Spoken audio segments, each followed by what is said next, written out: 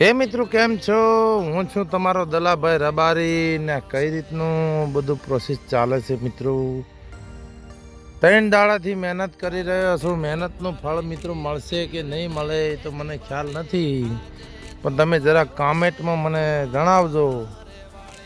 અને બહુ મહેનત કરું છું.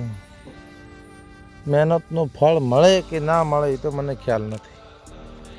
મિત્રો તમને શું લાગે છે જરી કમેન્ટમાં કરીને મને બતાવજો. આ બધું જો રાયડી છે વાવેલી, બહુ લીલા ગરું દેખાય છે. કલરમાં થોડું ઓછું આવે છે મિત્રો.